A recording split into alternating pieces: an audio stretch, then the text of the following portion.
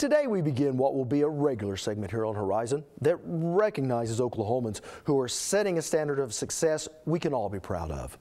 Bob Funk is the founder and chairman of the largest privately held staffing company in the United States. Express Employment Professionals is a heavyweight in the human resource industry with annual sales over $2.5 billion and more than 650 franchises nationwide. But it's the number of people who find work thanks to Express that gives Funk his most satisfaction. Yet he says at any given time, Express has as many as 20,000 jobs going unfilled because the company can't find the right workers with the necessary skills. I was able to sit down with Mr. Funk at his company's annual meeting in Oklahoma City. Mr. Funk, first of all, thank you so much for being here. Well, thank you for inviting us. Now, you have seen your share of recessions. What makes this recovery different than the last? Well, this recession was much different. Of course, it was much deeper than any of the other recessions I've ever been in, of the other 8 or 9 or so that I've been in. But when the companies laid off their people during this recession, they kept their best skilled people. They learned from the recessions of the past that if you lay a 10% off from top to bottom, that those skilled people won't be there when you come back out of the recession. And consequently, they kept most of their good skilled people. And as the recession turned and the economy became much better, they're having a more difficult time finding the skilled individuals. So with this evolving economy that we're in, are you worried that we are facing a serious skills gap?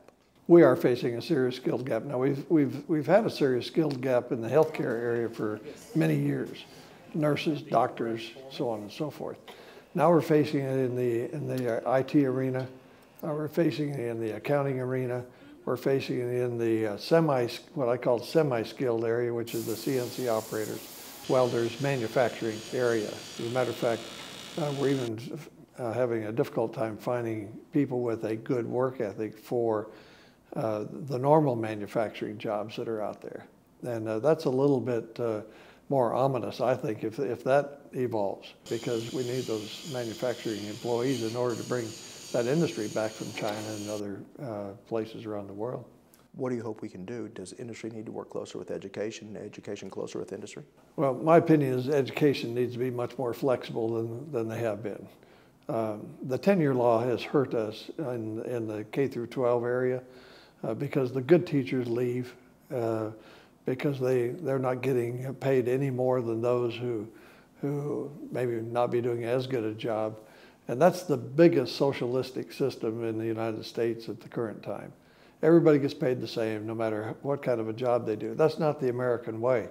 The American way is that we're incentivized for doing a better job. The better job you do, the more opportunity, the more pay you ought to get. And same thing with higher ed. Higher ed has a challenge there as well where they may need teachers over in other disciplines, but they can't put them over in the other disciplines because they're tenured in that department or in that system. So we need to change the system to a degree and give incentive-based programs for teachers and teacher systems. So is it fair to say then that maybe education is suffering from the lack of free enterprise?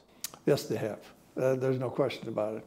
And the faster we get there, the better off we'll be. As you probably saw in the Wall Street Journal, of the 24 industrialized nations, the United States is 4th from the bottom in education. That's a shame because we have great people. We have, I think, great teachers. We have great educational systems. The system just needs to be changed to a degree in order to incentivize and to reward the teachers who do a better job than others.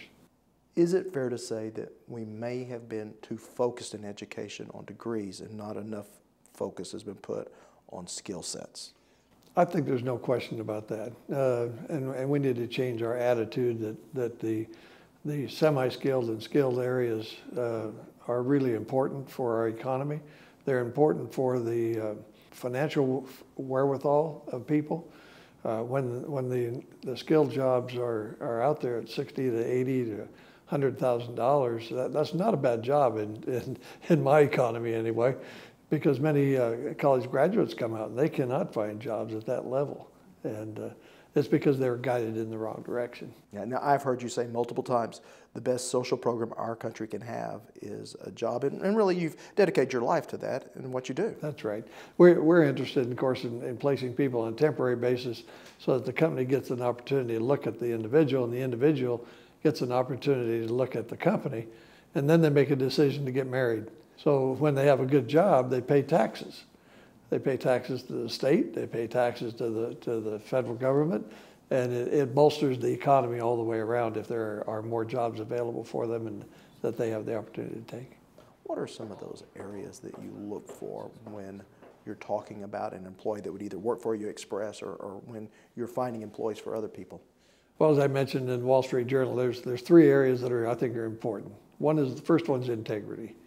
If you don't have integrity as an employee, then it's difficult, of course, for a company to keep you. Second of all, you have to have a good work ethic. You have to come to work every day. You have to show up. You have to be dedicated. And third, of course, is you have to be able to pass the drug test. And we're having some real challenges across this country with the employees, potential employees, not being able to pass the drug tests. There's one city that we're in the state of Washington, 70% of them cannot pass a drug test. Well, their concentration, their focus level is just not as productive as someone who's not been on drugs all weekend. So it's important that they have good values in their lives and a good work ethic. And values usually transfer over into a good work ethic that they're willing to put in the hard work for a hard day's pay. Now, you're initially from Washington State, as I Yes. remember, but you have made Oklahoma your home. Tell me about why you lived right here in the middle of America.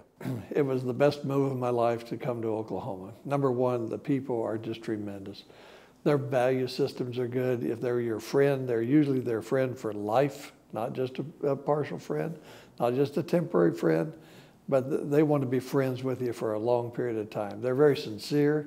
They usually have good values, and consequently they turn out to be just a fabulous place to work, a fabulous place to hire people, a fabulous place for people who gives us loyalty. We have some of the most loyal employees at the company that have been with me now for 35 years, and many of them, of course, hopefully will be there the rest of their lives. And that kind of loyalty you just don't find in many other parts of the country.